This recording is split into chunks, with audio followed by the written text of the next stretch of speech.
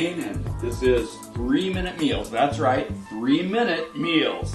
That means in the time it takes for you to watch this podcast, we'll have made a delicious meal from start to finish in about 3 minutes.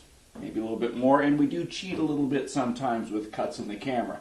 We might do that a little bit here this noon, because today we are making the delicious, the famous, some would say infamous, bean and bacon sandwiches. A class-A tradition. I have no idea where my mother got this recipe, and I don't care. It's just delicious. You're going to love it. It's a hearty, this is comfort food par excellence. It's the greatest.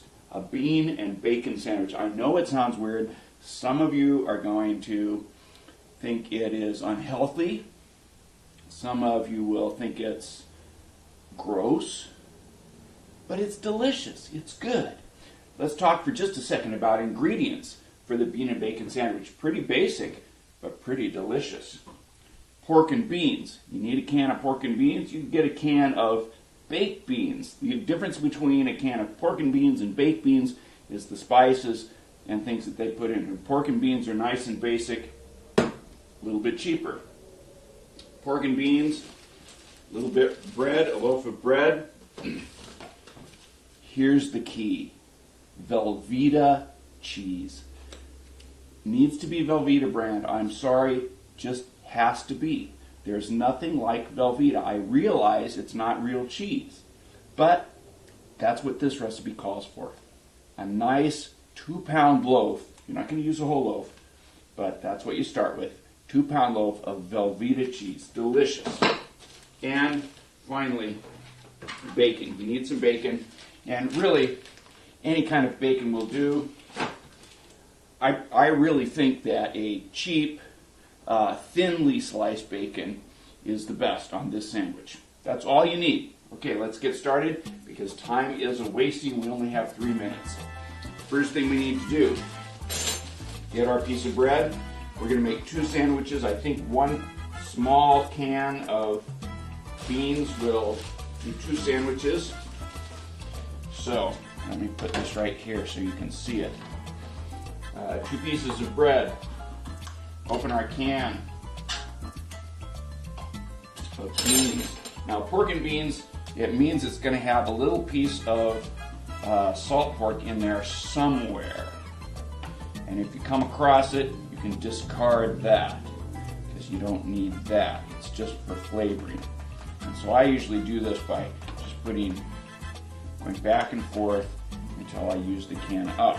Pretty much a nice layer of baked beans out to the edge of your piece of nice white bread. You could use this is sourdough bread. It's kind of a high-class bread for this particular sandwich. But usually you would just use a Wonder Bread or something like that. But you can use a higher-class bread if you want to really class up the bean and bacon sandwich. Okay. You got your beans on there. The next thing you need is Velveeta cheese. And you notice I have a Velveeta cheese keeper. That tells you something about how important I think Velveeta cheese is. I have a special keeper that I purchased just for this. Velveeta cheese. Cheese food, as some people say. We've got, as we say, good coverage. Okay, good coverage on that. All right. Last but not least, bacon. Okay, some of you, like my daughter Sarah, she doesn't care for the bacon, and she always takes it off of her bean and bacon sandwiches before she eats it. And that's fine, but still I advise cooking them with the bacon on because the bacon is a big part of the flavor. You've got to have that good bacon grease going down through the cheese and the beans and the bread. That's a big part of the flavor. So even if you take that off right before you eat it, that's okay. It's a flavor enhancement. So you can make it without bacon, but I would advise keeping the bacon on. Usually a slice of bacon for each sandwich. And you put it across like that. If it's a little longer bacon, this is a little shorter bacon, you do it this way instead of this way. There you have it. bean and bacon sandwiches, they're ready to go. What do you, okay, that's right. You have to cook them in a certain way. And here's how we're going to do that. That's important to know. We're going to broil these sandwiches. These are broiled sandwiches, but I have got some special instructions for how to do that. So listen up. Okay, here's the thing. You want to put this, get your oven ready. First, move the rack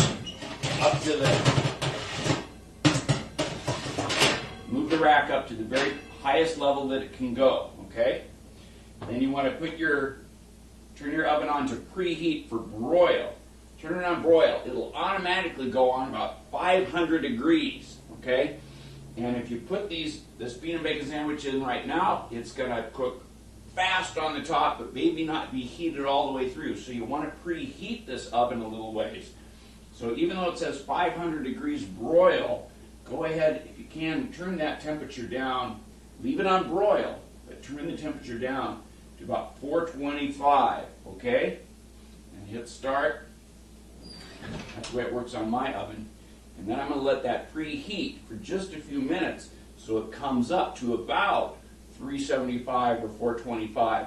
It's still going to cook from the top, but that oven's going to be preheated nice and hot, and it's going to warm these sandwiches all the way through, melt that Velveeta cheese down into those beans, and get that grease soaked into that bread. It's going to be delicious. So we'll wait just a minute for that, okay? Okay, I've preheated my oven for maybe 4 or 5 minutes, so I think it's about ready to go. And here's what the bean and bacon sandwiches look like right before we put them into the oven on a broil. And I just wanted to mention also that the bacon serves as protection for that Velveeta. You don't want it to burn too much anyhow. And so that's another reason for putting the bacon on there, even if you're not a huge bacon fan. Okay, let's put it in the oven and get these things sizzling, okay?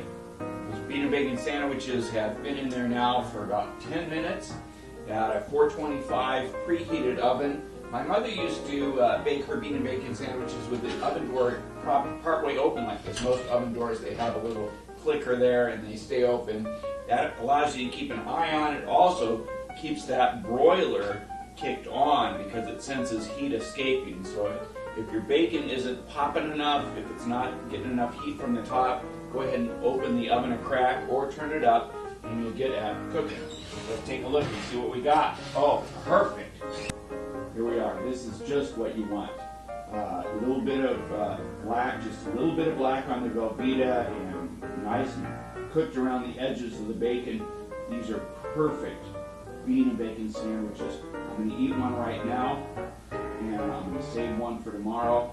And you know, you eat one of these things, and you'll be ready for a nap in about 30 minutes. I'm going to serve one of these up right now, and enjoy a delicious lunch today. Bean and bacon sandwich. Look at that. Delicious. Okay, that's 3-minute meals from Brian Clausen, straight from the parsonage. We wish you a great day, a great week. We'll be back next time with new 3-minute meals straight from the parsonage. Enjoy.